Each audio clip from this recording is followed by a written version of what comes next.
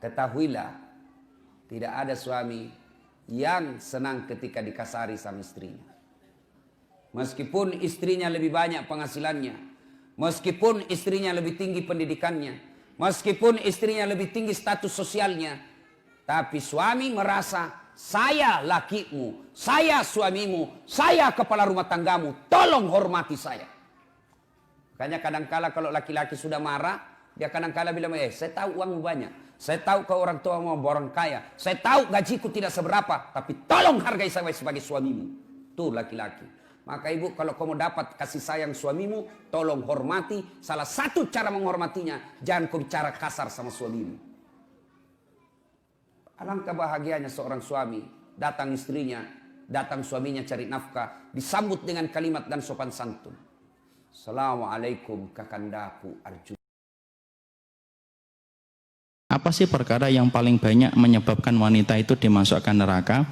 Yang paling banyak memasukkan wanita di dalam neraka ketika mereka tidak bersyukur kepada suaminya. Ketika suaminya melakukan kesalahan, kekurangan, setelah suaminya melakukan banyak kebaikan, lalu tiba-tiba suaminya kepleset dalam satu kesalahan, cepatnya seorang wanita itu berkata kepada suaminya, mali araka minka khairun qattun. Kenapa saya menjumpai kamu tidak ada baiknya sama sekali?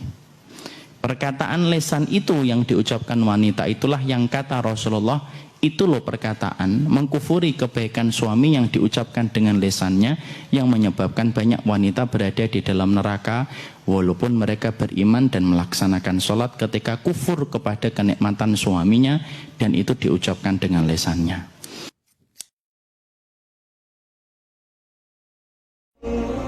Masih ada waktu. Kalau waktunya sudah habis, susah kita mendapatkan kesempatan itu. Tidak sedikit yang mengatakan ke Quran ingin kembali untuk memperbaiki diri.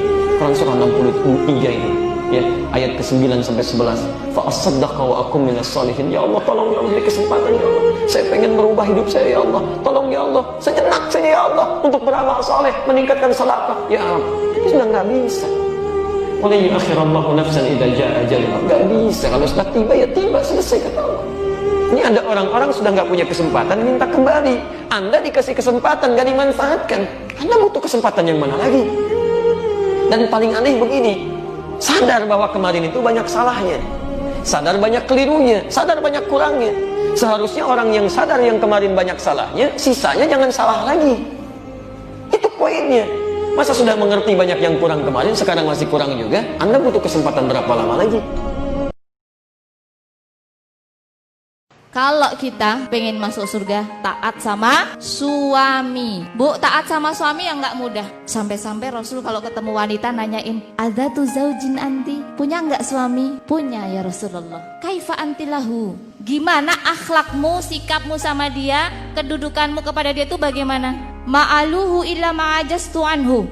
Aku selalu menuhin hak suamiku, kecuali yang aku benar-benar nggak mampu. Aku selalu memenuhi hak suamiku. Rasul nggak bilang gini setelah mendengar wanita itu selalu memenuhi hak suaminya, nggak bilang zen ya. Masih ditambah lagi sama Rasul, fanduri, unduri, perhatikan wahai wanita, aina anti minhu, dimanakah kedudukanmu di depan suamimu?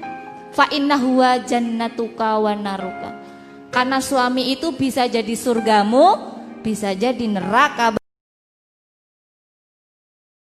Maka ibu-ibu saya heran, di mana-mana masjid ramai majelis taklim, di mana-mana ramai majelis-majelis taklim, bahkan setiap masjid ada majelis taklimnya.